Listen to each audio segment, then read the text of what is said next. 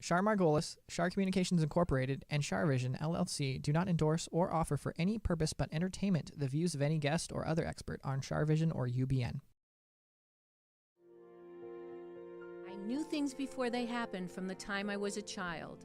At the age of 8, I saw a spirit at the foot of my bed and didn't know what it was. And in my 20s, I finally realized I had a special ability that could help others. I have learned that love never dies. There is a spirit world that can communicate with us, and we all have the gift of intuition. Join me, and together we will explore the possibilities of the unknown from beyond and more. This is CharVision. Hola, everybody. I'm so excited because I have Paulina Sahagun, Sahagun here, and she is an expert about the Day of the Dead, and I need you to explain this. You're the cultural advisor for the annual traditional Mexican Day, right? Yes. And tell us what else you do. Besides doing that, I'm also an educator and a solo performing artist. Oh. And I write my own pieces and I direct. Oh, wow. You're very talented. Well, today we're talking about the Day of the Dead. Now, but wait, let's pronounce it properly. Dia De Los Muertos? Very good. Oh, good for me. That was good. Good try. Okay, so I didn't even know this existed until last year when my friend Chuck said, I want you to come to the Hollywood Forever Cemetery with me. Mm-hmm. I said, well, why? It was the day after Halloween. Mm-hmm. And I said, why? And he said, because it's the Day of the Dead. I said, what does that mean? He said, oh, they just like decorate all these graves and it's a whole big deal. And I said, okay, let's go. So we went and I was fascinated. I had the best time and I loved the energy of it. Mm-hmm. So tell us exactly what the festival is. Okay. It's a pre-Columbian, pre-Hispanic, ancestral celebration, ritual celebration. Ritual for? Honoring our ancestors. Honoring every one of our ancestors? Every one of our ancestors. In every religion and every nationality? Or you can do that. You can do that. But it's mostly? It's a Mexican holiday. It's a Mexican holiday. Mm-hmm. It's a Mexican celebration. It's celebrated in many parts of Mexico. As you know, there was a conquest of Mexico. Depending on how, what word should I use, strong, severe that conquest was, depends on how much of the tradition you will see. Mm-hmm. So what you saw at Hollywood Forever is one of the many expressions that you can see in LA. Okay, so you're promoting another festival though, right? Yes. And what is it? This one is November 1st. It's a Sunday. November 1st, 2015, because this is going to be on YouTube forever. 2015 at the Woodlawn Cemetery in Santa Monica. Okay. That event that I work with, what we are doing is keeping the event as close as possible to its traditional celebration. And what is the traditional celebration? What are some of the basics? You have two, one of the big ones. One of them is there's a sacred part, there's a ritual. Right. Then there's the secular part. Okay, for the sacred part, what do you do? You have, first of all, you start out a few days, let's just say a few days before the preparations of creating what we call an ofrenda, which is, you know it here as an altar. And in the ofrenda, which means an offering, you put up food. You put up the food that your ancestors liked. Okay, is this Mexican food? Any food. Okay, but yes, if it's Mexican food, I'm coming. Yes. I love Mexican food. Mexican food, because it is a Mexican holiday or celebration. So you put the food that your ancestors loved. So guacamole and burritos and tortillas. Oh, mole. Do you know mole is made with chocolate? It is so good. Chocolate and seeds. It has chocolate and different kinds of seeds. Oh, it's delicious. Oh, it's very good. Do you know how to make it? No. It's actually, that is a... I would like to learn. Oh, hey. I'll get you somebody to teach you. Okay.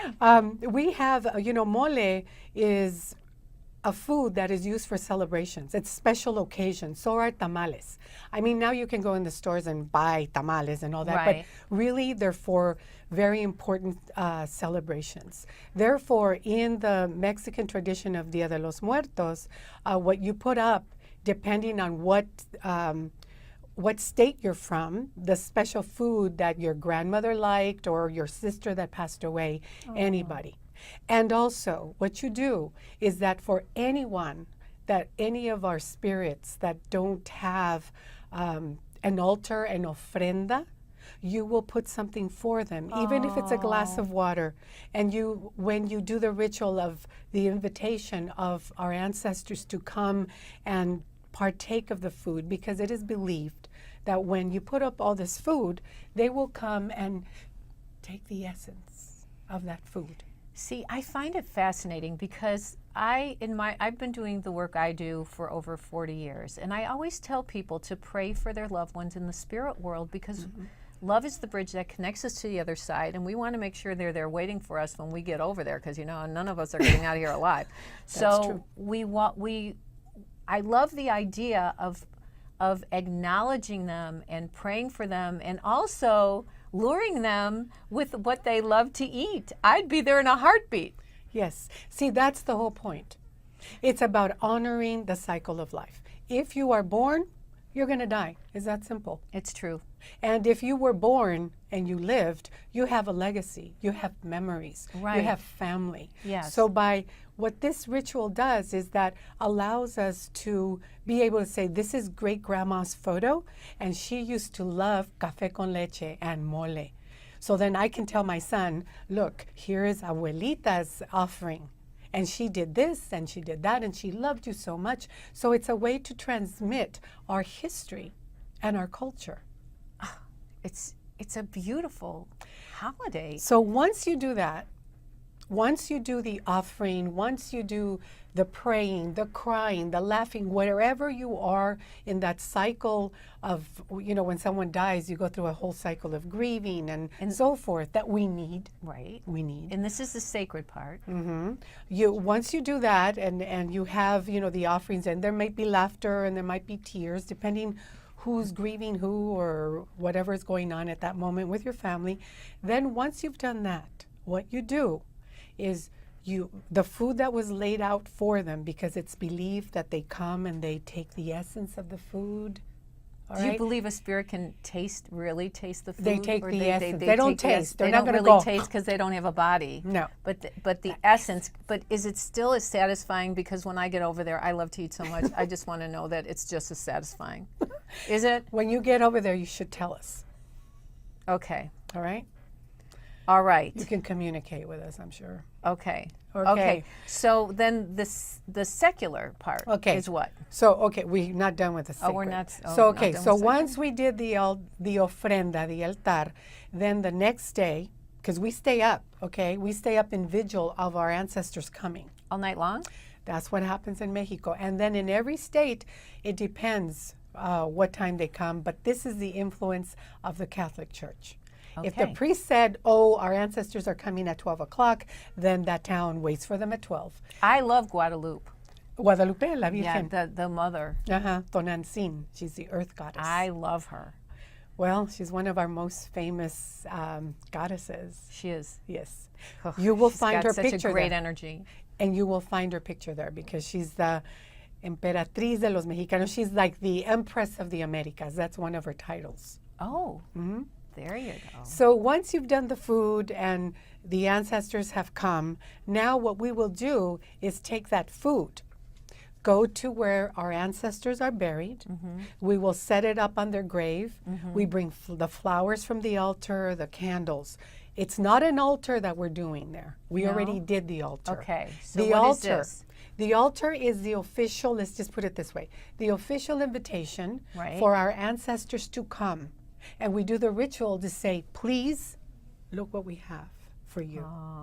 So please come, all right? So it's believed that they come, they partake of the essence of the food, then we take that food, go back to the cemetery where they're at, we sit down and we eat that food. Now we're communing. So they're getting the essence, and we get to eat. When is this thing? I'm coming. Okay. I want So we do that, all right? We do that. We eat the food there. You know, again, you talk about whoever you're honoring. And then after we're done with all that, then the living get to party. We call it the spiritual party because they're still there. But now we're celebrating that we're alive. with them. Mm-hmm. And so it's communing with the living and the deceased, and we feel like we're closer to our loved ones in the spirit world. And we bring their memory embrace alive. that. I embrace that. Okay, and it's so important, for example, in our society today, that when somebody dies, for a lot of people, they're dead. Don't talk about them. Yeah, it's awful. It's awful. Therefore, you know, I'm not going to talk to my son about grandma because she's dead. I would be out of business if everybody was like that. Yes. So it's a beautiful ceremony. It's a beautiful tradition. And when you look at other cultures, you will find that there's similarities in these types of celebrations. Right. Because again, we are all involved in the cycle of life, whether you accept it or not. Okay? Mm-hmm. You are born and you will die. If we just go like this, you can feel what we call your calavera, your skeleton. Oh. So we are life and death right here. You know, Calavera, right in you. In the Jewish religion, we have Yortzeit candles. So every year on the death of our loved one, in the Jewish calendar, we light a Yortzeit candle in their memory to pray for them. Mm-hmm. And I love that you guys have a much better party than we do. Well, you know, I'm sure that everyone, whichever religion that you have, you will find something in there to help you. Mm-hmm. You know, it's about helping us, the living that stay here, Mm-hmm. Cope with the loss, because we don't get to see them anymore, but we do know that every year their memories there, their pictures are there, we talk feel about them. And we feel and them. in my Yes. work, I get their names and I connect with them, and I bring these spirits to the people that I read for, so they can feel that love, and so that they can have the validation and the verification that they're still with us. And Yes. and that they haven't gone anywhere. Okay, so now is that the secular part, the eating part? No, you finish doing that once you're done, because now you Okay. communed with the ancestors, you know, whoever, Okay. the recently departed and the ones that have passed on before. Now, I do have to say that depending on what state in Mexico, all right, there's little differences. Like, for example, in Ocotepec, Morelos, which I lived there for a very long time. My parents are from Jalisco. In Ocotepec, Morelos, what they do, let's say I pass away this year. God okay? forbid. I don't want to go yet. No. No. But let's just say I did. What We're you not would going have to do is make me an altar just for me. Oh, okay. So I will get my own altar, all right?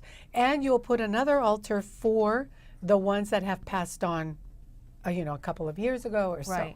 So you get your own altar when this is in Ocotepec. In other places, like in Oaxaca, in certain places, they will not put up an altar for the one that just left. They won't even put anything on the altar for that one. Why? Because it is believed, this is their own in Oaxaca, that the person that just left is just getting used to being in the spirit world. They're busy. Oh, yeah. They're They're busy. acclimating to the Yeah, other side. Exactly. So they're not Because going to there are come back. hospitals on the other side. There are, and there's teachers and Parties. there's learning. Yeah, and parties. There's they need to acclimate their Yes. energy Yes. to Okay. understand that they really, because I find that people who don't believe in a spirit world, they get really shocked when they get over there and they see that life is eternal. Right. I mean, we live in a society that has extrapolated a lot of this kind of belief that's really important for us as human beings. I mean, let's look backwards and you will see the offerings in the graves. You will see, you know, special drawings in honor of. So how can we say, oh, that's not important? Yeah. How can we say that? You can't. And I mean, how do you tell a child that, you know, your grandma died and then they're like gone? And how do you explain to them? What are you going to say? Well, they're gone, honey. Don't talk about them. But you know what we told well, when I spoke at my mom's funeral, I told my little nieces and nephews who are now 20 and 22, or almost 22, that they have a guardian angel, and it's their grandma. It's their great grandma, and that they'll never be alone because their guardian angel will always watch over them. Right. I'll never forget, they were sitting at the funeral, at the memorial, and they were sitting with their little legs crossed and looking up with their little faces. Well, talking about angels, the 1st of November is designated for children that have died. Los angelitos, the little 1st angels. of November. Yes. Why the 1st of November? Because they've separated it. Okay, they have one for just the children that have died. Then the second is for the adults. Oh, so children get their own day. Children get their own day. Yes, they do. Wow. It's so hard when people lose their children. I can't even imagine what these people go through. Do they also allow animals? No. No. No puppies? You mean like if your puppy Here. dies? Okay. I'm not letting him hear this. No, this is what we have done here in the U.S. Because remember, when a culture brings their traditions, they're going to change, modify, or be lost, or appropriated. All right, all those things can happen. So what we have done, when I have done Dia de Muertos in different places, we understand, and I understand, that pets, they're part of our family, all right? Now, what we did is that we do the altars, the ofrendas for the people that have gone, and then not on top where the food for the human spirits are, we put them down, and we put a special place for them. Oh, good. And we put their food, we put And things water. and pictures. And Good. Yes. And their toys? Yes, we do. Okay, because good. people had that same, like, well, my dog died, and I Yeah. love my dog. It was my. Well, some people don't you know, have kids. They exactly. have their babies. So we said, you know what? We believe also in the cosmogony of the Mayas, the Aztecas, and so forth, that when you die, all right, now we're going to get a little bit more deeper into the levels. All right. That's good. In the tradition, what you have is you have Tlaltipac, which is here. This is Earth. This is where we're now. Got it. Then you have 13 levels going down and 13 levels going up. Ooh. So when you go to the spirit world, you're going to go through this trip, okay? 13, 9, all right? Oh, wait, you're so you traveling. go down first? Yes, you do. You have to, well, before I talk about that, what happens is you're going to have one of your pets, a dog actually, that's going to guide you and help you through this trip that you're going through. Oh. All right? So animals are very important. Oh, good. It's not that, you know, we don't want to honor them, but if we're talking about this, I have to mention that there is a respect. First of all, all native peoples, if you look around the world and all the cultures, there's a deep respect for Mother Earth. All right? Everything that walks the earth is here for a purpose. So everything that's on this earth alive, from trees to the two-legged, the four-legged, to the trees and so forth, have a purpose. So there is an honoring of this. This is why we also have in the altar the honoring of the 4 different elements, which is water, fire, the wind, and the earth. That's what you represent on the ofrenda. So everything's symbolic. It's like in astrology. Yes. You see, everything's connected, as you already said before. And every culture has their spiritual ways that maybe they've been lost. Maybe a lot of times we're taught that, oh, those things are from grandma's old country. Don't think about it. Okay, so somebody passes and they go lower first? And let me explain that. Explain that business, because let me explain. First of all, I don't want to go too low. No. We are not talking about the Christian point of view. Okay. All right? For my relatives, we never saw devil and God, or devil and angel. It's that, or good and bad. Everything's relative. We all have our own problems, and we work them out. I always say there's different neighborhoods over there. Right. So, So okay, what so it tell is us. really, okay, this is what the concept is. We're all here on earth. This is where we suffer. We suffer because we have to go through a lot of the humanity type of situations, right? Right. Betrayals and, you know. Well, life is a school, and we're here to learn lessons. That's what I always That's say. exactly it. Okay, That's why go we're on. here. So we So become we're on the same page. warriors in Okay. this plane. We become evolved as much as we can. So when we go through that journey into the different levels, okay, we are strong and we know how to deal with it. All right. Our dog, or whatever your nahual is, that's your own personal animal spirit, is the one that will show up to help So you. so in American Indian culture, people have animal spirits. So it could be a lion, it could be a giraffe, it could be an elephant, it could be a coyote, it could be anything, right? Right. Now, we're talking, there's different Native American beliefs, all right? From the Uto Aztecan, which is where would be from Mexico going through the Southwest, even some into the Mississippi Valley that they call it. That's one family. And I don't want to get too much into this because there's so much of okay, it's that's too much. okay. All right, We'll yes. keep it simple. Yes, in general, Native America believes in animal spirits. Okay, Right. that's something we can say. I believe All right? Yes. In terms of Dia de Muertos and the journey to Mictlan, which is the place of the dead, okay? We will have an animal that will come and help us cross a river. Okay. All right? So there is that same concept of having an animal spirit come and help you. Therefore, we have, like I was saying, we respect the earth and every living thing. Because everything has life. Yes. Every tree, every rock, every flower, every wood, everything has life. Everything. Yep, I agree. So it's this ritual, which is the honoring of the cycle of life, gives us a space to be able to be introspective. Where am I in that cycle of life? Who's before me? Who's behind me? What have I done? What do I need to do? Is this like almost judging ourselves in God's light? Or I don't see it is as it- judging. I or think just learning? evaluating ourselves. Evaluating. Like And then- saying, what do okay. I like? What do I need? And Is what this do I also want? with karma? Is this also helping with karma?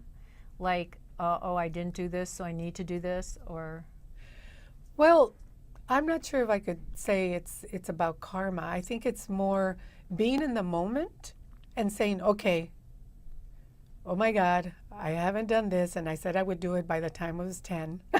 Yeah, Or right. whatever age. Okay. Or realizing that, you know, all your peers are gone and you're here, yeah. and there's still things that you haven't done that you want to.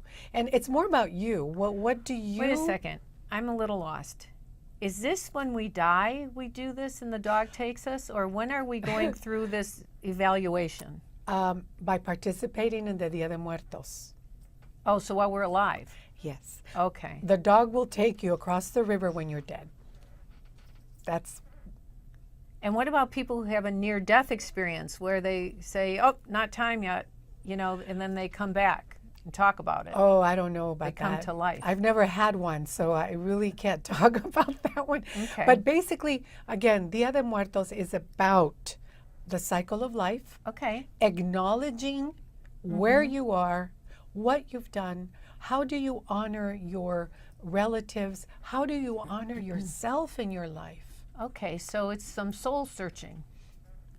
and honoring evalu- ancestors, and honoring, okay. passing on your culture, being aware that you are the other me. So you it know? takes we take a moment in our lives to reevaluate so that we can to accomplish things, so we become more peaceful and we accomplish more of what we're supposed to do or we want to do or we need to do. You can say that. Because by having the ofrendas, the altares, passing on the history of your ancestors, be it great-grandparents, a sister, a brother that's passed away, you are seeing what's gone on in your life. Right. All right? So it makes you think about those things and you remember them. All right? You remember them. You pass it on to So your the children. memories are very important. Very important. Memory, historical memory. Memory. Both of Memory. them.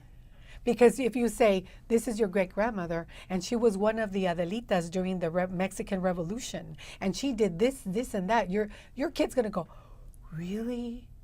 Yeah. Or look, this is Grandpa, and he made the best chocolate mexicano on the planet. He's going to want to make it, just like Grandpa. You see, so you... And if it weren't for them, we wouldn't be here. Exactly. So we're a part of them. We're an extension Yes. of them. And when we die, we want to be on that altar because that means we're being remembered. Somebody will say, look, this is Paulina.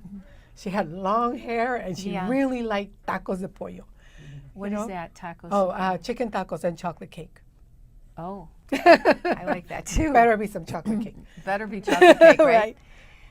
So when I went to the Day of the Dead at the Forever Cemetery, and tell us again where your thing is, because I don't want to forget. that. Okay, it's at the Woodlawn Cemetery. Woodlawn Cemetery, in Santa Monica. Santa Monica, California. Yes, on November 1st, which is Sunday. November 1st, 2015. It's Sunday. Come and visit and come and see. And there's got to be good food there, right? Amazing food. Okay, now food. before we end, somebody. When I went to the Day of the Dead, I stopped somebody and I said, could you explain to me what you're doing? Because he had like sage and he was burning sage and stuff. He said, this is the day where we ask the good and the evil to get along, that everybody can join together for this one day in peace and harmony. Is that true? Well, sage is a sacred plant. Right. And of- it's for healing, and I know it for protects healing. us. I'm always saging. I And get for clearing energies. Right. So what he said is right. I mean, it's really to clear away negative energy. It's to Right. bless, to Right. bring good feeling. So in essence, he's right, or she's right, I don't know. it. It was a he. Uh-huh. In Mexico, what we burn is copal, which is a tree resin. Okay? And it's the same idea. It might be that he was burning. I just Was thought it in a sage. container? Yes, it was. Yes. And it was smoking like yeah, a lot? it was smoking. It was smoking everywhere in this. Yeah. That's I said, what are you copal. doing? It's copal, C-O. P-A-L. Where do I get some of that? You can go to, let's see, any store that has any And kind of new age and things. exactly what is it? Does it It's a resin. does it heal? Does it Yes. protect? It's a Copal- protection. You burn it with some coal. You have to buy little pieces of coal, they're round, and you turn them on, and then you put a piece of copal, not too much because you'll get a lot of smoke. And it's about healing. It's about clearing and blessing the space. Okay, so I think this is important for everybody to do. Just like I think it's important for people to sage and also, of course, pray, because positive energy attracts positive energy. And that's what this is what this whole ritual is about. It's fascinating. Is exactly what it's about. It's about honoring that cycle of life again. It's about remembering who we are, because we're talking about who they were, the ones that were Right. that we're offering our food to, our ancestors. We are remembering them, And we are a part of them. and we're part of them. They are us, we are them. And we want to always pray for our loved ones. And we don't want to forget them, because once Never. you forget them, no one's going to go to the cemetery and place a flower there. That's true. Because no one passed on like, hey, great grandma is buried at Woodlawn. Let's go Yeah. bring her some flowers. Because we Oh, forget. so See, nice. that's the whole thing, that we don't want to talk about death. We don't want to realize that, oh my God, I got a wrinkle and I'm getting closer to the other side. I better fix things that I haven't Yeah. fixed. So Yeah. we need to do that. Otherwise, when we're going to go to the other side, Well, we can never forget, because history repeats itself. And we know that so many different cultures have suffered for so many different reasons that are not unnecessary. And I mean, it's going on in Syria right now, where these people are trying to find a place of safety, and there's nowhere for them to go, and it's so sad. But to never forget is important for all of us. Because see, by not forgetting, you can remember that history. Right, because you don't want to forget 9/11. You don't want to forget any time where people have suffered. All the different genocides that have happened, and it's happened to everyone. Everyone. Mm-hmm. So those things, that's why it's so important that we have these kinds of rituals. And like I said, this is the Mexican traditional way of celebrating, and everyone has one. You just have to ask great grandma or your mom, and if no one has an answer, keep digging and you will find it. Well, you're amazing, and you've taught me so much. You've taught all of us so much. I appreciate you being here. Your energy is so special, and the warmth and love that you share about the memories is so important for all of us to take home with us. Thank you so much for being You're here. totally welcome. Can I hug you? Oh, of course. Okay. Thank you. Thank you so much. Sure. Okay, don't go away. We'll be right back. If you like what you've seen on CharVision, then go to char.net and book a personal reading with me, or join a group reading, or join one of my workshops where I teach you to be psychic and intuitive. Welcome back, everybody. I am so excited to introduce you to a dear friend of mine. Her name is Nicole Ingersoll, and I have actually been to her office, and she's an amazing practitioner, and she learned about alternative medicine by healing her own son of Asperger's. This is an amazing story. So, Nicole, hey. Hi, Char. How are you? I'm good. It's so good to see you, honey. Thank you. You too, and congratulations on your new adventures. Thank you. Thank you. Thank you. Tell us, I want everybody to know as much as I know, because we don't have that much time, and I know you drove 15 miles or something to find cell service, because you're in northern Michigan, right? Well, yeah, I'm in Michigan. You're in Michigan, right? We're Michigan. I'm from Michigan, so I get that. So, okay, so tell us the story. First of all, tell us the name of your practice. The name of my clinic is NRI Clinic for Complementary Medicine, and I am a board-certified family nurse practitioner. Right, and what are some of the things you do there? You know, what I tell people is family practice with a twist. So I see people who are 100 for anti-aging reasons. I see, you know, children whose parents would like to not have their children vaccinated and or have nutrition consultations. I have a lot of children who are referred by pediatricians, psychiatrists, and neurologists that are on the autism spectrum. Right. ADHD, I do a lot of bioidentical hormone replacement, kind of a combo between Dr. Oz's TV program and Suzanne Summers on that realm. And tell us about your son, and tell us what happened.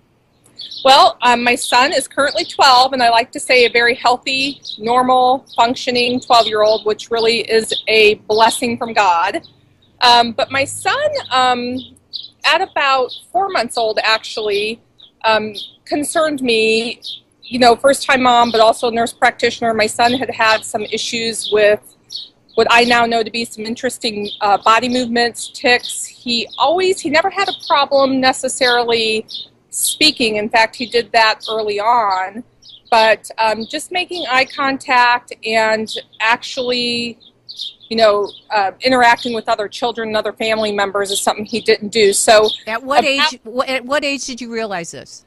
Well, I really started realizing it growth and development wise, again, because I'm a nurse practitioner, more at about 4 to 6 months, but definitely by 9 months, I felt like there were some developmental delays, and really pursued getting some consultations for him locally, and eventually went to a neurologist at 9 months old, because my son actually spoke very well for 9 months old and much ahead of his age. The neurologist and several people in town just said, oh, he's fine. But I knew there was something wrong. It was like he didn't really socialize. And so at that point, I actually took several journeys out to California, down to North Carolina, up to Wisconsin to look at alternatives because I felt my son was on the autism spectrum, but he didn't formally get diagnosed till he was about 2 because that is where the criteria is now in the United States. They do not diagnose one with autism till they're 2 years old. And so how did you find out what he had? How did you diagnose it? And then tell us what you did to fix it, because it's an amazing story. Right. So, again, at about 9 months old, I really knew something was up, and I knew it was probably Asperger's, but I also realized with the current criteria that they would not diagnose him with that, which really didn't matter to me because I just wanted to intervene during those critical windows of development as quickly as possible. So, of course, once I had someone that agreed with me that was probably what was going on, the first thing I wanted to do was put him on medication, and I certainly was not opposed to that. Remember, I was a very traditional family nurse practitioner at the time, Right. and especially if medication was going to help him during those critical windows of development to interact with others and have empathy, because those were the two things that I found were not happening. Then I was fine with it. However, I knew that was only a Band-Aid. It wasn't really fixing the problem. Right. So I decided not to do that initially, but very quickly, mostly again because of these critical windows of development, started actually looking overseas at other alternative therapies and came across a lot of literature on correlation between basically inflammation in the gut, the GI system, whether that's from food allergies, infections, things of that nature, and neuroinflammation, or brain and body inflammation. So with that, I ended up initially seeking a practitioner up in Wisconsin who did about 50% of what I do now, and this would have been about 11 years ago, and started working with that person, and then just directly, because I have a license to practice medicine in Indiana, just directly contacted a lot of these testing companies myself. I kind of had to do a lot of the homework myself. Right. Accounts with different vendors myself and pay for test kits just to get things covered. And again, I was blessed with not financially having the restrictions that most people do at the time. I didn't care how much the test cost. We were going to pay for them. Right. And from there, just basically my son's biggest issue that was causing eventually what would be a diagnosis of Asperger's, high-functioning Asperger's, was a systemic yeast infection or candida infection that was brought on by a pneumonia for which he was appropriately treated and hospitalized for. Otherwise, he would have probably not been with us.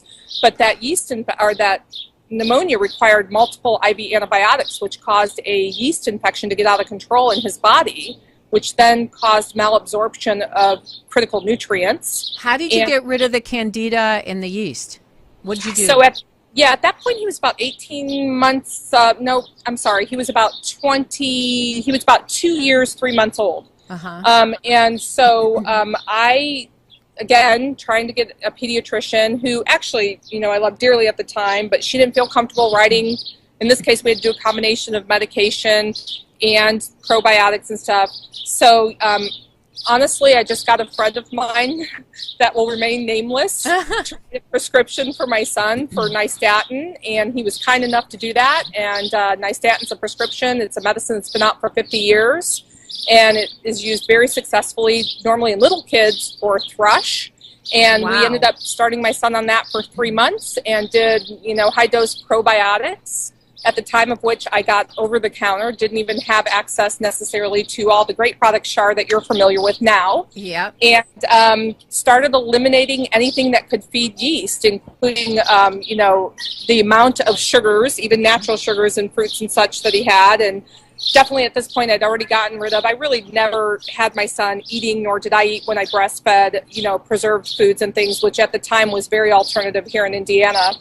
And I'm not kidding, in about 2 weeks, my neighbors' husbands in our neighborhood were noticing my son just being different. He was making eye contact. He was participating in play. He wasn't sensory overloaded. He wasn't afraid to climb stairs. He wasn't, afraid to catch a ball, like hand-eye coordination. It was pretty remarkable. Were you strict with his diet?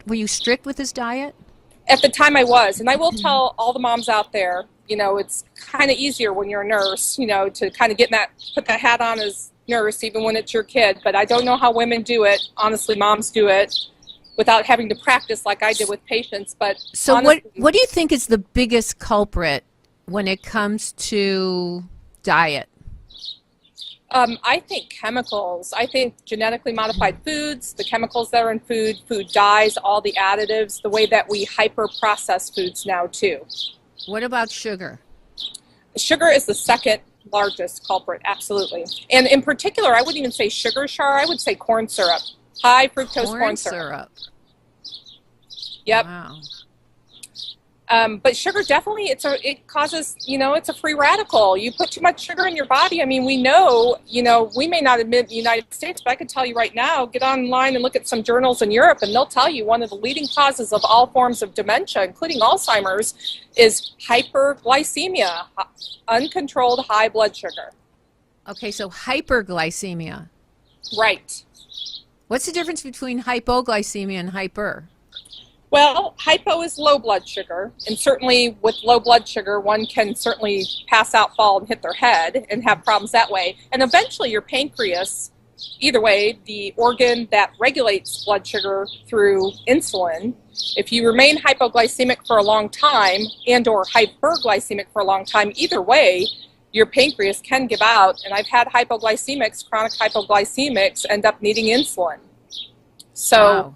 Both are not good So conditions. like to have. Diabetes 2? Is that what it is? Or? Yes, diabetes 2, yes. Wow.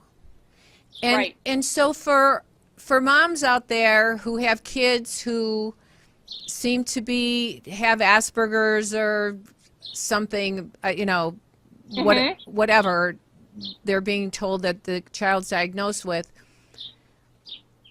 what do you suggest for them to do?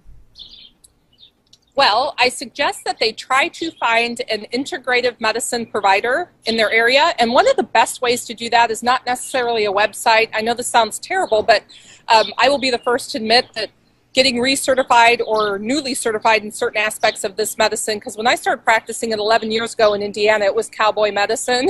Right. So now I'm so busy, and it's what I love to do, that I'm not going to lie to you. My newer providers that aren't as busy will certainly go and get certified in various things. And I just make the excuse I never have time. Now, that doesn't mean I don't keep up with current modalities. But my point is, just because someone's board certified in it doesn't necessarily mean they know much more than a textbook, which is better than nothing.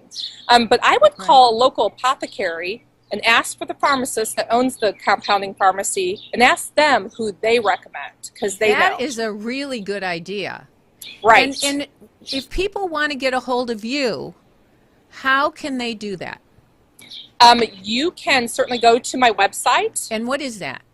NRI Clinic, the number 4 health.com. And on that website is all of our information, including contacting the clinic, which I promise you that if you email me and say you heard me on the interview, my mother, who sits at the front desk, I was just going to ask if your mom. I was just going to ask if your mom's still at. She looks like your sister. I know she's. I hope and pray I have her genetics. She's lovely, your mother. But she will forward that email to me. Now, it may take me a few days to get with you, but I promise I will, Char. Okay, You know how I am. it's N as in Nancy. RI Clinic. R as in Robert. I as in Ida. Clinic. Clinic. For the number 4. Number 4. Health.com. Say that last part again. .com. No, health. Health. Yep. Health.com. HEALTH.com. Okay, and I think I'm going to be seeing you soon. I know. I'm really excited. I was can't trying wait to because set we that have to date. go. We have to go to our favorite restaurant. Which we won't name, right? We better not. Between the two of us, everybody walks by and looks at us and says, "Do I know you? Do I know you?" It's kind of cute, isn't it, Char? Have a wonderful, wonderful holiday. Thank you so much for taking this time to be with us, and I hope you'll come on again and visit. Always. Thank Okay. you, and I can't wait to see you at the end of the month. Yeah, me too. Big hugs. All right. Bye-bye. Bye-bye. Don't go away. I'm going to be doing a psychic reading that you really don't want to miss. We ask the universal consciousness that holds the highest spiritual power of knowledge, wisdom, and truth to guide and protect us, as we communicate with our guides and angels in the spirit world and tap into the wisdom of the universe, we respect this opportunity and take full responsibility to use this not for ego or controlling others, but with the pure intention of spreading love and healing life on this earth and beyond. I'm hearing a name that's an R, like a Rose or Ruth or Rachel or Rebecca. There's an R. There is an R. Is it the name I said, or is it's No. another R? It's Is it a male? there's 3 R's in my mind, but Okay, but there's not one of the names I said, though. the top of my list is an R. Okay, is that a female, the one, No. or a male? Is it spelled R-O, Yes. like Robert, or Ronald, or Roy, or Roy. Roy? Is that family to you? Yes. Is that your dad? No. Who is that? Brother. Your brother. Okay, Roy's here. But is your dad deceased too? Yes. Okay, but he's not an R, is he? Yes, he is. Is he spelled R-A or R-O? Oh, Is he like, he's not Ronald as well, or Roger, or R-O, but it's not Robert. it is. Okay, so Robert and Roy are here. So that's your dad and your brother. Mm-hmm. Yeah, I knew it was an R name. I'm just sometimes off with the name, but not the sounds. Did you not get to say goodbye? I did not get to say goodbye. Yeah, and that bothers you. Yes. They don't want it to bother you. He doesn't want it to bother you. He wants you to know that he knows how much you cared and that you weren't able to physically be in that presence for whatever reasons, and that it's okay. Does that make sense to you? Yes and no, but Okay. yes. Was there an issue with one of them? Yes. Did you not get along? Yes. Yeah. We did not. They're saying it's their fault too. They're saying they're apologizing to you. I don't know if no one would even let you be there. But they're apologizing to you. So you must have had some big misunderstandings. And I feel like they've gotten help on the other side to understand that they were wrong. But I feel you tried. Is that true? Yes. Like you really tried. But you're different than they are. Yes. You're like this sweet, kind, good-hearted soul, and they were not like that. He was different. Yes. But he's getting help on the other side, and he's realizing that that negativity and the way he was is not going to get him into a good neighborhood in heaven. So they're apologizing. So you can accept it or not. But he knows you were unable to get there, or that you weren't allowed to get there, or something. There was an issue. So Accepted. hopefully that'll help you move on with all this. They're telling me about M. There's like an M or an A person. There is an A person. Is that a female? Yes. A-N? Yes. Anna or Ann? Anna. Is that your mom? Yes. She always went under Frances, but But she's deceased, right? her first name was really Anna. She's here. I feel she's embracing you. You must have had a better connection to her than your dad, huh? Absolutely. Yeah, because I feel like you took care of your mom. I did. And she's grateful that you took care of her. She was living. Mm-hmm. She's...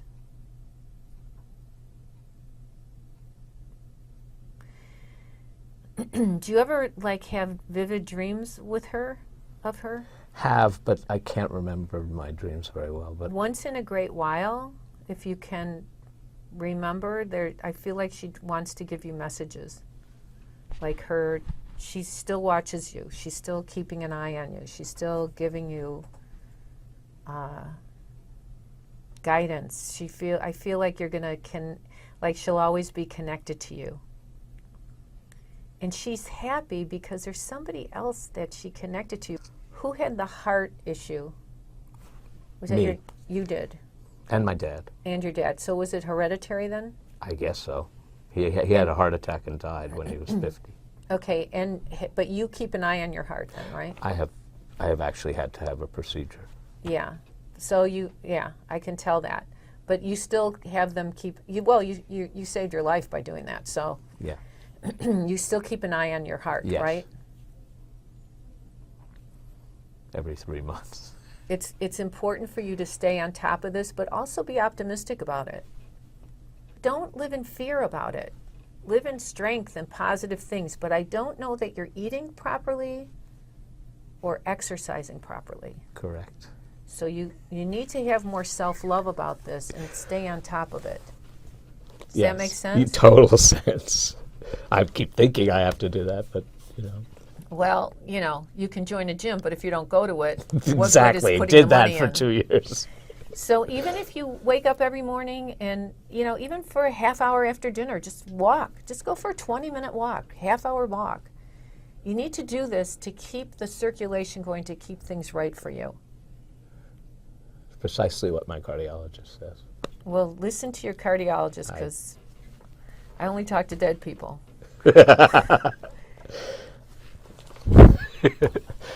Okay, I'm done.